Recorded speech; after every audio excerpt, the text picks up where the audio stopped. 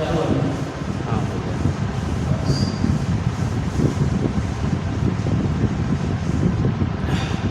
Hello, good afternoon all of you. बेटा, last lecture में मैंने आपको पढ़ाया था force and laws of motion या न्यूटन्स लॉज ऑफ मोशन, ठीक है ना। लेकिन उसकी क्या है, वो वीडियो जो आपको सेंड किया था उसमें थोड़ा सा प्रॉब्लम आ गई, साउंड नहीं आ रहे थे, ठीक है ना, वीडियो में, जिस कारण मुझे वीडियो दोबारा फिर बनानी पड़ रही है।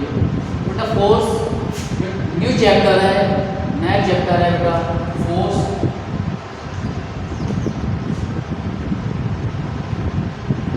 And Newton's laws of motion या लॉज ऑफ मोशन, ठीक है ना, लॉज ऑफ मोशन।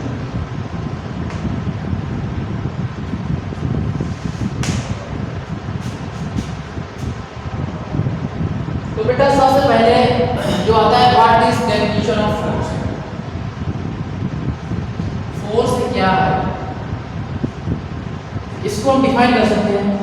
अगर कोई बॉडी है बेटा, उसको पीछे से धक्का लगा मीन्स पुश कर रहे हैं, क्या पुश कर रहे हैं, ठीक है ना। इधर से अगर खींच रहे हैं मीन्स पुल कर रहे हैं। तो जो पुश या पुल कर रहे हैं वही उस बॉडी पे फोर्स अप्लाई हो रहा है। मतलब किसी भी बॉडी पे पुश करने या पुल करने पे जो तुम्हें क्या ताकत लगानी पड़ती है, जिसे बोलते हैं, ठीक है ना, उसे क्या बोलते हैं, फोर्स बोलते हैं। तो एक पुश और pull on a body is called force.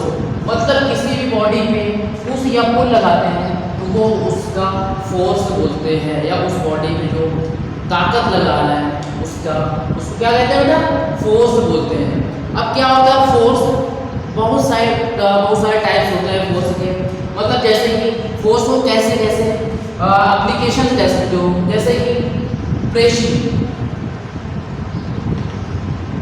Pressing मतलब होता है बेटा प्रेस करना। प्रेस मतलब कि दबाना। दबाना मतलब कि P इज इक्वल टू होता है F by A। P is equal to F by A। This is the मतलब जो प्रेस करते हैं, मतलब कि फोर्स अप्लाई कर रहे हैं किसी बॉडी पे। इसके अलावा होता है ट्विस्टिंग, स्ट्रेचिंग। ट्विस्टिंग मतलब होता है बेटा, जैसे कि सपोज दैट आप लोग कपड़े धुलते हो, कपड़े धुलने के बाद उसका पानी जो होता है ना, कपड़ों को ऐसे ट्विस्ट करते हैं, होते हैं, तो उसका पानी होता है वो क्या हो जाता है, रिमूव हो जाता है। तो जो सेकंड है हमारा इसमें ट्विस्टिंग।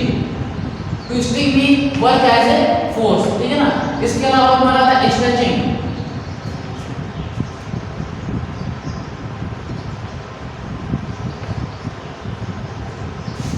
स्ट्रेचिंग, ठीक है ना, स्ट्रेचिंग। इसके अलावा आता है हमारा पुशिंग पुलिंग, दोनों pushing and pulling, stretching, pressing and pulling and twisting. ये सब फोर्स के रूप में वर्क करते हैं। कि मतलब किसी बॉडी पे अगर धक्का दे रहे हो, प्रेस कर रहे हो, तब भी उसमें फोर्स अप्लाई होगा। ट्विस्टिंग कर रहे हो, मरोड़ रहे हो या, तो उसमें भी अप्लाई होगा। स्ट्रेचिंग मतलब होता है कि खींचना। जैसे कि स्प्रिंग होती है, अगर बेटा देखो कोई स्प्रिंग है, उसको जब खींचोगे, ठीक है ना, तो ये ऐसे हो जाएगा,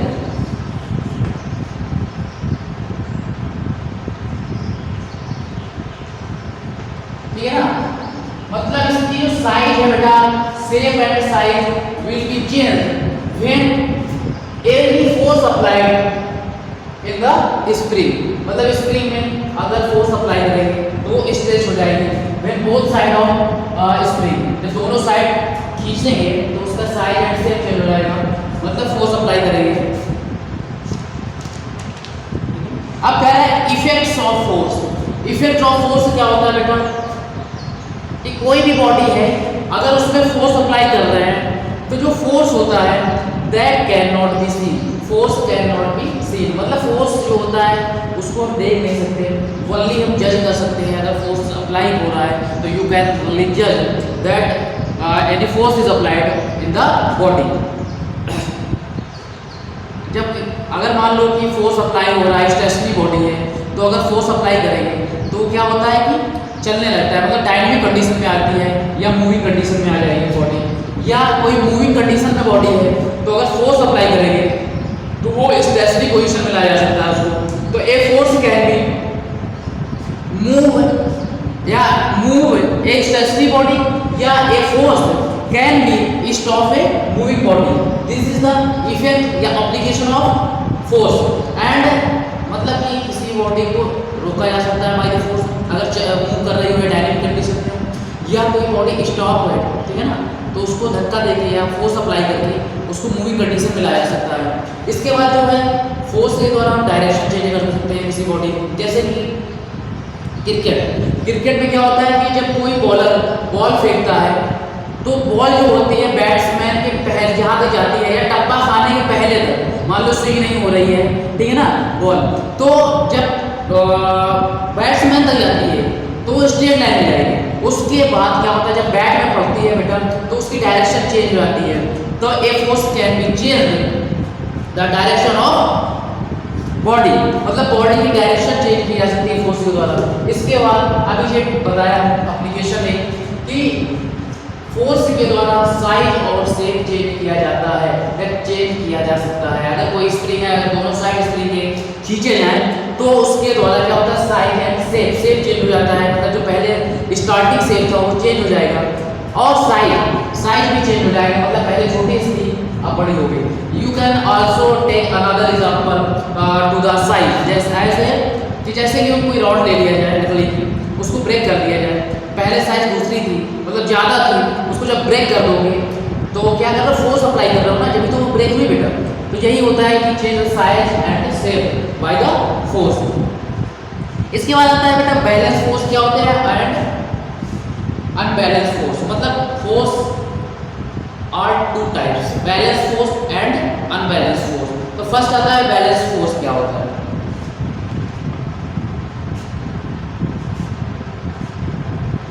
इतना समझ में आया?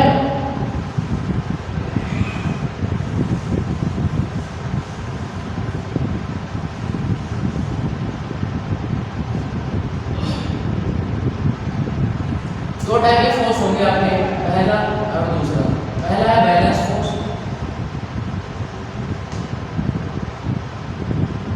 दूसरा है अनबैलेंस, ठीक है ना। अब बैलेंस फोर्स क्या होता है ये एग्जांपल के द्वारा आपको डिफाइन कर रहा हूं। अगर कोई बॉडी है बेटा, उसमें जितने भी फोर्स लग रहे हैं,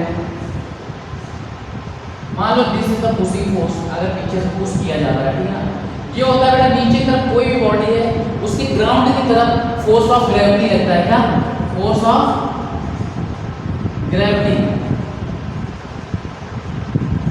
या ग्रेविटेशनल फोर्स भी कह सकते हो। This is the reaction force या रिजल्टेंट फोर्स भी बोल सकते हो, ऊपर की तरफ लगता है, या नॉर्मल फोर्स भी कह सकते हो।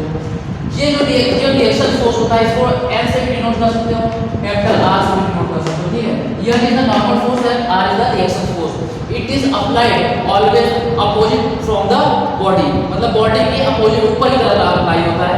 इसके बाद फ्रिक्शन फोर्स ऑलवेज बॉडी के मूवमेंट के अपोजिट डायरेक्शन में लगता है। मतलब बॉडी अगर मूव कर रही है आगे की तरफ, फ्रिक्शन फोर्स अपोजिट रहेगा, मतलब ये लगता है फ्रिक्शन फोर्स।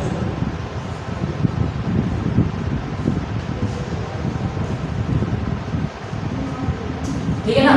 फ्रिक्शन फोर्स क्या होता है? When any force is applied between the body and surface is called friction force. मतलब कि बॉडी के और जो सरफेस है जिस पे चल रही है उसके बीच में जो फोर्स अप्लाई होता है वही फ्रिक्शन फोर्स बोला जाता है या फ्रिक्शन फोर्स कहते हैं। फ्रिक्शन फोर्स बेटा क्या होता है कि ऑलवेज रेस्ट्रिक्ट करता है बॉडी की मोशन का, जो बॉडी मूव कर रही होती है डायनामिक कंडीशन में होती है उसको क्या करता है रोकने की कोशिश करता है, ठीक है, अपोजिट लगता है। मतलब कोई बॉडी मूव कर रही है तो उसके अपोज करेगा, अपोजिट डायरेक्शन में तुम्हारा फ्रिक्शन फोर्स लगेगा। फ्रिक्शन फोर्स ज़्यादा है नहीं लेकिन फिर भी मैं डिफाइन किए दे रहा हूँ। Friction force are two types. First is the stationary wave friction, ठीक है ना। दूसरा है तुम्हारा डायनामिक फ्रिक्शन, इसको एफएस से डिनोट करते हैं, इसको डिनोट करते हैं बेटा एफडी, ठीक है ना। इज इक्वल टू होता है mu s into R. Friction coefficient of friction बोला जाता है बेटा म्यूएस को, R is the reaction force बोला जाता है, ठीक है ना। इस तरह Fd होता है तुम्हारा म्यू डी इनटू आर, ठीक है ना। ये ज़्यादा आपको उसमें नहीं है, सिलेबस में नहीं है, बस इतना है केवल, ठीक है ना, ये पढ़वा रहा है। समझ में आया कि नहीं आया फ्रिक्शन फोर्स क्या होता है। अब क्या है कि फ्रिक्शन फोर्स अगर जो सारे जितने भी इसमें फोर्स अप्लाई हो रहे हैं किसी बॉडी पे, अगर उनका रिजल्टेंट जीरो आ रहा है, मतलब कि if the resultant of all forces which is applied in any body is zero is called balance force. मतलब कि अगर किसी भी बॉडी में अगर जितने भी फोर्स लग रहे हैं उनका रिजल्टेंट करने पे अगर जीरो आ जाए तो उसको बैलेंस फोर्स बोलते हैं, ठीक है ना। क्या मतलब जितने भी फोर्स अप्लाई हो रहे हैं रिजल्टेंट करेंगे तो जीरो आएगा तो उसको क्या बोलेंगे, बैलेंस फोर्स बोलते हैं बेटा। क्या बैलेंस फोर्स बोलते हैं। अगर कोई स्टेशनरी बॉडी है या स्थिर अवस्था में है कोई बॉडी, तो उसमें अगर बैलेंस फोर्स अप्लाई हो रहा है तो वो बॉडी कभी भी मूविंग कंडीशन में नहीं जाएगी, मतलब वो स्टेशनरी पोजीशन में बनी रहेगी, ठीक है ना। अगर कोई बॉडी यूनिफॉर्म या यूनिफॉर्म मोशन से अगर मूव कर रही हो या यूनिफॉर्म स्पीड से मूव कर रही हो और उसमें बैलेंस फोर्स अप्लाई हो रहा है तो वो बॉडी यूनिफॉर्म मोशन में ही ऑलवेज क्या करेगी, मूव करेगी या मूविंग कंडीशन में आएगी। So what is the result of balance force, मतलब बैलेंस फोर्स क्या होता है कि ऑलवेज जितने भी फोर्स अप्लाई हो रहे हैं अगर उनका रिजल्टेंट करने पे जीरो आ जाए तो बैलेंस फोर्स बोला जाता है। अगर किसी भी बॉडी पे बैलेंस फोर्स अप्लाई हो रहा है स्टेशनरी बॉडी पे तो वो बॉडी कभी भी मूव नहीं करेगी, मतलब स्टेशनरी पोजीशन में ही बनी रहेगी। समझ में आया कि नहीं आया।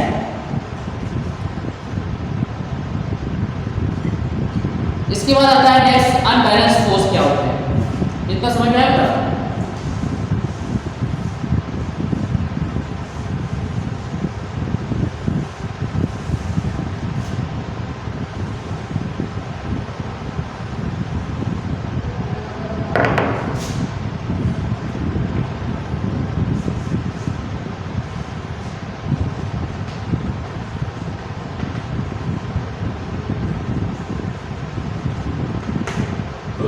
अनबैलेंस फोर्स क्या होता है कि अगर किसी बॉडी पे जितने भी फोर्स अप्लाई हो रहे हैं अगर इन सारे फोर्स का रिजल्टेंट करने में बेटा जीरो नहीं आ रहा है, मतलब सम करने में जीरो नहीं आ रहा तो वो अनबैलेंस फोर्स बोला जाएगा।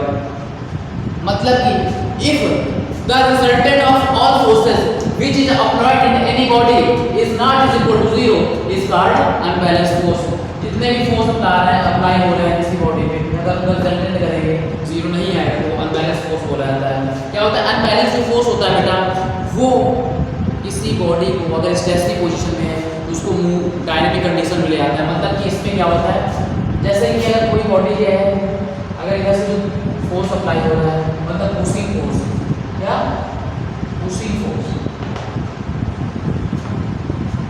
Is greater than friction force.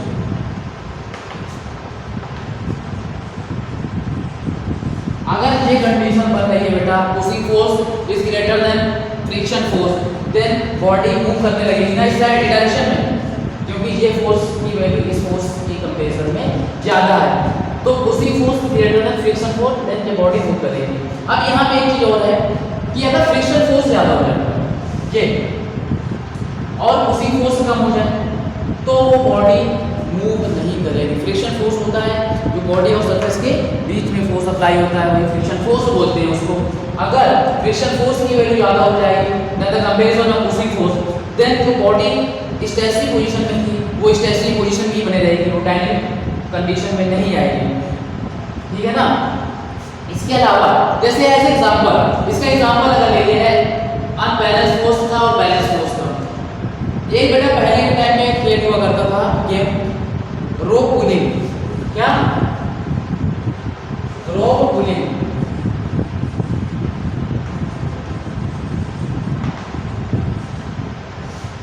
Rope pulling में क्या होता था कि मान लो ये रस्सी है इसमें इधर इस रस्सी के इस कोने पे 4 लोग खड़े हैं, रस्सी के इस कोने पे 4 लोग खड़े हैं और वो चार लोग अपनी अपनी डायरेक्शन में क्या करते थे रस्सी को खींचते थे।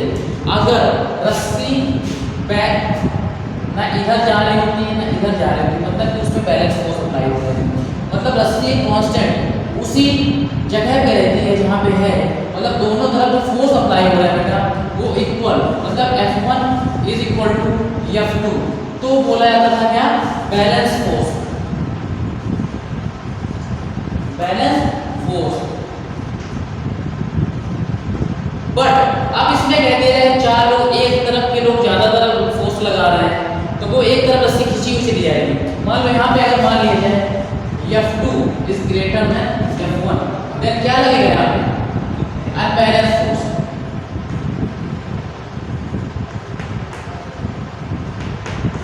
समझ में आया कि नहीं है बेटा?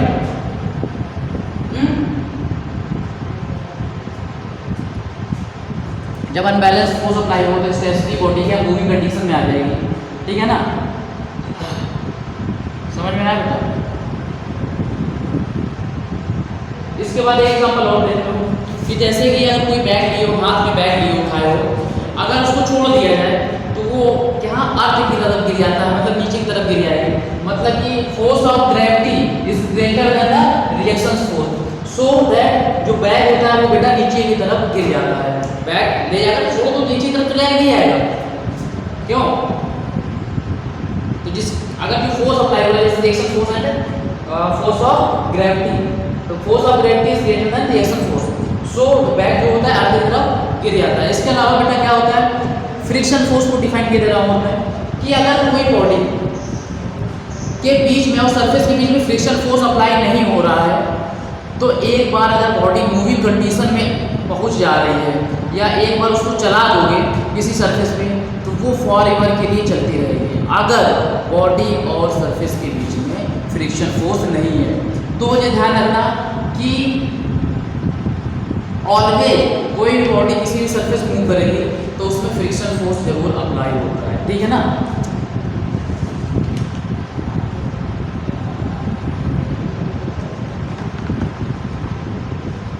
इसके बाद आता है बेटा Newton's laws of motion.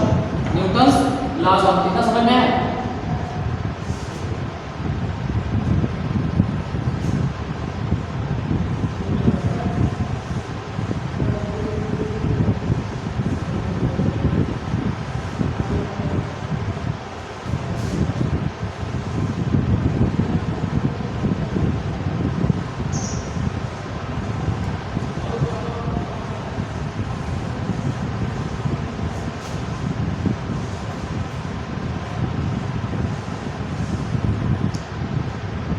Newton's laws of motion क्या होता है?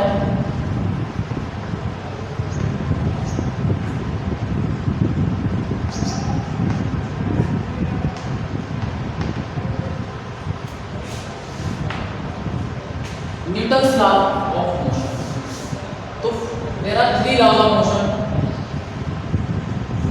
तो फर्स्ट लॉ मैं डिफाइन कर रहा हूं बेटा। फर्स्ट लॉ क्या होता है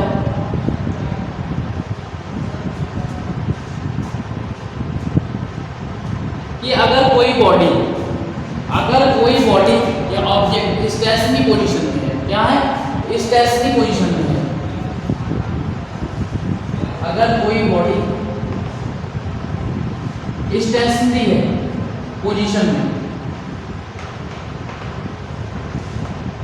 तो वो बॉडी तब तक स्टेशनरी पोजीशन में रहती है जब तक कोई एक्सटर्नल फोर्स इस बॉडी पे अप्लाई न किया जाए। मतलब कोई बॉडी अगर स्टेशनरी पोजीशन में है तो वो डायनामिक कंडीशन में तब तक नहीं जाएगी जब तक कोई उसमें एक्सटर्नल फोर्स अप्लाई नहीं करेंगे। और इसी में अगर कोई बॉडी डायनामिक कंडीशन में है, मतलब कि डायनामिक कंडीशन में है, दिस इज द डायनामिक, अगर कोई बॉडी डायनामिक कंडीशन या पोजीशन भी कह सकते हो, अगर कोई बॉडी डायनामिक या मूविंग कंडीशन में हो या पोजीशन में हो तो वो बॉडी तब तक मूविंग कंडीशन में रहती है जब तक कोई उस बॉडी पे एक्सटर्नल फोर्स अप्लाई ना किया जाए। सपोज दैट, इसका एग्जांपल देखो बता दे रहा हूं बेटा। एग्जांपल क्या होता है कि एक कोई अगर बस खड़ी है, क्या अगर बस या कार खड़ी है स्टेशनरी पोजीशन में है तो उसमें अगर पैसेंजर बैठे हुए हैं, अगर अचानक से बस चलना स्टार्ट कर दे अचानक से, तो जो इसमें पैसेंजर बैठे होते हैं वो पीछे की तरफ। क्या? पीछे की तरफ। उसका रीजन ये होता है कि उनका जो बॉडी होता है वो स्टेशनरी पोजीशन में अभी भी बने रहना चाहती है, लेकिन जो उसके जो कांटेक्ट में रहती है बस वो डायनामिक कंडीशन में आ जाएगी। लेकिन जो पैसेंजर्स हैं वो अभी भी, उनका शरीर जो बॉडी है वो अभी भी स्टेशनरी पोजीशन में बना रहना चाहता है।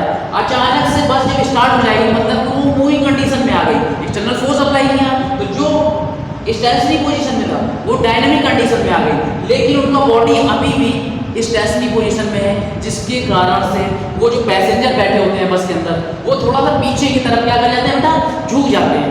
ठीक है ना? इसी तरीके से अगर कोई कार या बस मूविंग कंडीशन में हो या डायनामिक कंडीशन में हो तो अचानक से ब्रेक लगा दिया ड्राइवर, तो वो जितने भी यात्री बैठे होते हैं उसमें पैसेंजर्स बैठे होते हैं वो आगे की तरफ झुक जाते हैं ड्यू टू द फोर्स या न्यूटन्स फर्स्ट लॉ। उनका पैसेंजर जो शरीर होता है वो अभी भी जब ब्रेक लगाते हैं बस में तो वो अभी भी उनका शरीर किसमें, डायनामिक कंडीशन में रहता है, जिसके कारण जब डायनामिक कंडीशन में रहता है लेकिन जो बस होती है वो स्टॉप हो गई, खड़ी हो गई, तो उनका शरीर थोड़ा सा आगे की तरफ झुक जाता है। यही कारण है कि बेटा चलती बस या चलती हुई बस पे कभी नहीं उतरना चाहिए, चलती हुई ट्रेन पे नहीं उतरना चाहिए।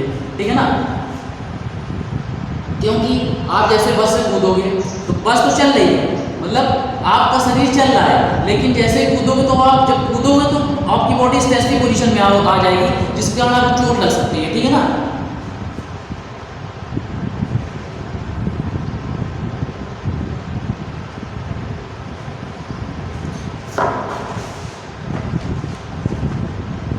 इसके बाद जो न्यूटन फर्स्ट लॉ होता है, this is definition of force. ठीक है ना? एक क्वेश्चन पूछा जाता है कि बेटा कि न्यूटन जो फर्स्ट सेकंड थर्ड लॉ है वो कौन फोर्स की डेफिनेशन कौन सा लॉ फॉलो करता है। मतलब कि एमसीक्यू पूछा जाता है कभी कभी एमसीक्यू क्वेश्चन में कि कौन सा लॉ है न्यूटन का जो कि फोर्स को डिफाइन करता है। तो न्यूटन जो फर्स्ट लॉ होता है बेटा वो डिफाइन करता है, या Newton first law of motion gives us a definition of force. And जो फोर्स होता है बेटा this is the vector quantity, this is the vector quantity. Vector quantity होती है, वेक्टर एंड स्केलर पहले बताया था बेटा। वेक्टर क्या होता है एंड स्केलर क्या होता है, vector quantity and scalar quantity क्या होता है।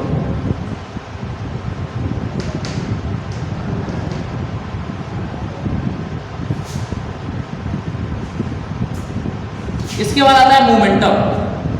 What is momentum? मोमेंटम क्या होता है? Momentum is equal to product of mass and velocity. Any body मतलब कोई भी बॉडी है अगर मूव कर रही है तो उसका जो मास एंड वेलोसिटी का प्रोडक्ट होता है वही बोला जाता है बेटा P is equal to mv। This is the moment या मोमेंटम बोलते हैं।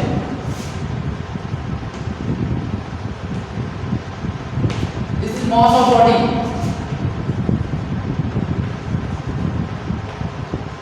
and is the velocity। ठीक है ना? अब अगर P मोमेंटम का अगर यूनिट पूछा जाए तो बेटा यूनिट क्या हो जाएगा, SI kg into metre per second. Velocity क्या होता है metre per second and mass हो जाएगा किलोग्राम। इसके अलावा अगर कोई बॉडी स्टेशनरी पोजीशन में है मतलब कि वो बॉडी मूविंग कंडीशन में नहीं है, स्टेशनरी पोजीशन में है, तो उसका मोमेंटम कितना होगा। यहाँ पे v मतलब जीरो कर दोगे, v इक्वल टू जीरो। अगर खड़ी है v जब जीरो हो जाएगा तो p इक्वल टू क्या हो जाएगा, जीरो। समझ में आया?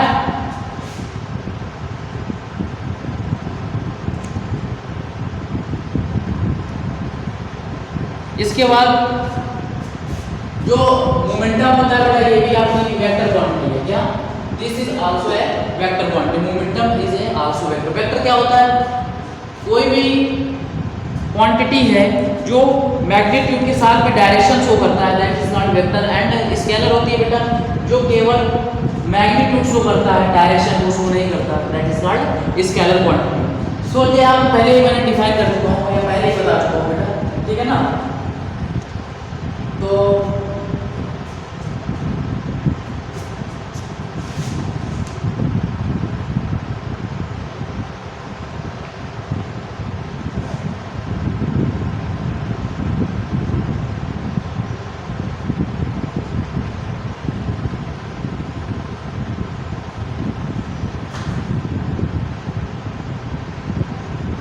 इसके में बहुत सारे इसके न्यूमेरिकल दिए हैं, तो एक न्यूमेरिकल मैं सॉल्व करा रहा हूँ बेटा, ठीक है ना। मोमेंटम से रिलेटेड एक न्यूमेरिकल,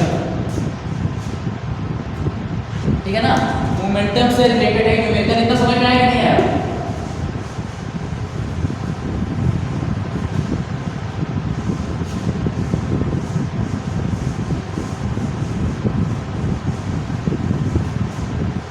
कह रहा है क्वेश्चन में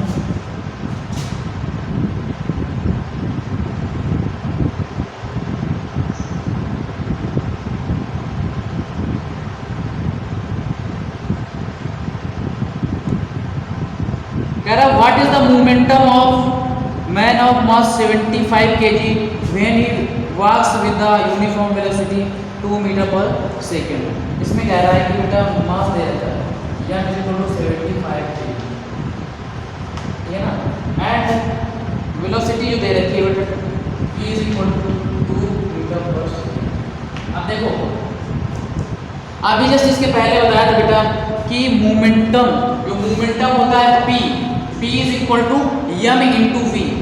बट इसके पहले ध्यान करो बेटा कि जो SI यूनिट है मतलब यूनिट उसका सेम होना चाहिए। तो p is equal to m का बताया था, उसमें हमने यूनिट बताया था kg पर kg into metre per second, यही तो बताया था। अब देखो यूनिट सेम है, मतलब यूनिट यहाँ पे किलोग्राम मीटर पर सेकेंड, अगर ये भी ग्राम होता बेटा तो किलोग्राम में चेंज करने के लिए 1000 से डिवाइड कर देते हैं। अब यहाँ से मोमेंटम निकाल दो, p is equal to m into v, तो p इज इक्वल टू हो जाएगा 75 into v is equal to, तो ये आ जाएगा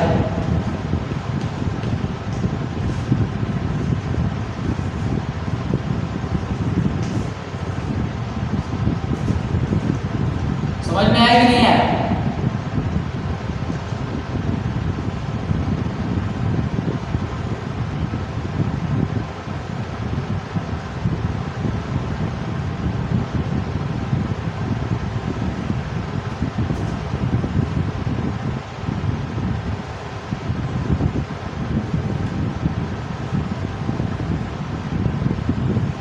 एक चीज और ध्यान रखना मोमेंटम में, अगर हाँ जो क्वेश्चन आप लोग बताओगे जरा या मतलब कि सॉल्व करना है आप लोगों को। दो बॉडी है, क्या दो बॉडी है जिसका मास m1 एंड m2 है, एक ये बॉडी है एक ये बॉडी है, एक का मास m1 है एंड m2 है। अब कह रहा है m1 is greater than m2, मतलब mass of first body is greater than second body, then momentum इसका ज्यादा होगा। मास पहले वाले का ज्यादा है तो मोमेंटम किसका ज्यादा होगा, ठीक है ना। वेलोसिटी अलग अलग है, दोनों की वेलोसिटी, ये मान लो v1 की स्पीड से चल रही है और ये v2 की स्पीड से चल रही है, तो ये क्वेश्चन बताना है हमें, ठीक है ना, कि मोमेंटम इन दोनों में किसका ज्यादा होगा, ठीक है ना। इसके बाद जो नेक्स्ट टॉपिक आएगा बेटा Newton second law of motion, जो कि मैं नेक्स्ट लेक्चर पे डिफाइन करूंगा। तब तक के लिए थैंक यू, ठीक है ना। एंड जो जितने भी नोट्स बेटा भेजे हैं वो कंप्लीट कर लो, और जैसे ही कॉलेज ओपन होगा मैं नोट्स सबके कंप्लीट चेक करूंगा, ठीक है ना, और तैयारी भी करते रहिए। जैसे ही कॉलेज ओपन होगा मैं टेस्ट ले लूँगा, ठीक है ना। तो thanks for today all of you.